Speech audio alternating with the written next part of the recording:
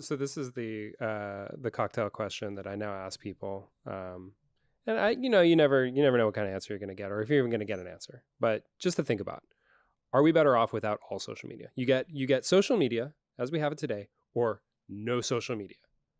No Facebook, no Twitter, no YouTube, no Tumblr, no Reddit. Are we, so Societally, you're saying society? is society better off without social media at this point now in 2019? That's a good question. I'm thinking about the amount Like of if there was one off switch. Yeah. to I flip. get it. I'm thinking about the anxiety that it produces on an individual basis, and the FOMA in young people, and this desire to keep up with the Joneses and front and flex and whatever. I'm going to go ahead and say blogs are not social media, right? I'm going to be curmudgeonly and just say I liked blogging was my best moment for the internet. Yeah, I felt I that think- was the I peak. think- social media. I think It's if whole you- grain social yeah, media. It's like I a think little if bit you more create- rich. If you create it and host it yourself, that's not social media.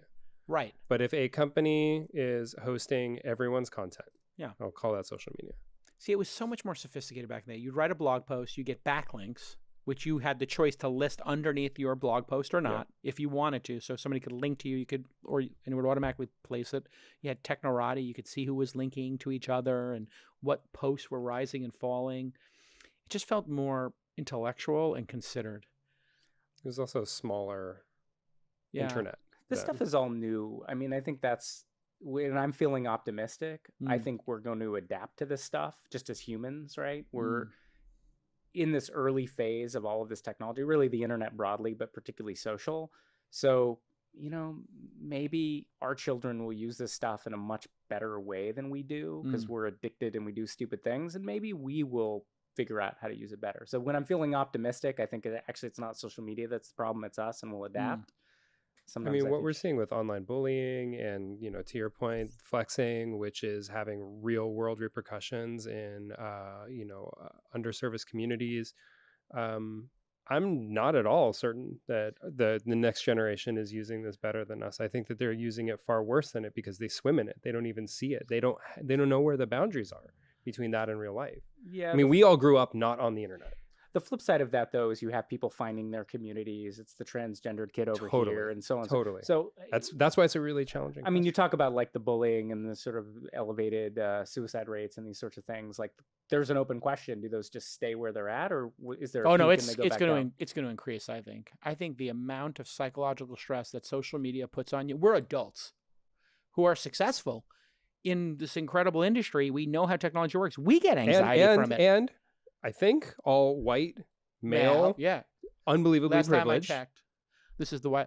Welcome to This Week in White Male Privilege. I'm your host, Nathan Galcanis, coming around the horn. Yeah. I mean, you're absolutely right. Right? Yeah. You don't get to be in a better position than the position that we get to occupy. The thing that is also heartbreaking to me is people used to have a little bit more independent thinking. Like they would look at a situation and say, okay, let's think about this Mueller report and the Barr thing. Let me Did try they, to. though? I felt like it was when you're face to face with the good people. old days were never as good as we remember them. It just feels so like everybody's reaction is so tribal now. And in order to get outrage points, like the name of the game is to be outraged, and how much outrage points can I get? Like this kid who did the fake attack in Chicago, the Empire actor. Is now Wasn't he just exonerated? He was just exonerated. So now there's like a whole nother outrage on the right. And they're, after everybody was outraged that he was a gay man who was anti-MAGA. Yeah. MAGA went after him, and then it was fake, and now he's released. And it's just, I can't keep up with the rage. So you're not going to flip the switch on social media. You're going to keep it going. See where it goes. I think that it's obviously an interesting intellectual exercise, which in practice, we're going to keep using this stuff.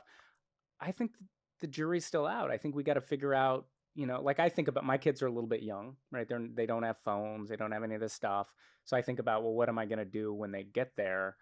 I think we're going to do things like say, look, the phone stays in the living room. And I'm going to have to do that myself, which is tough. Not bring it to the dinner table, not have it around.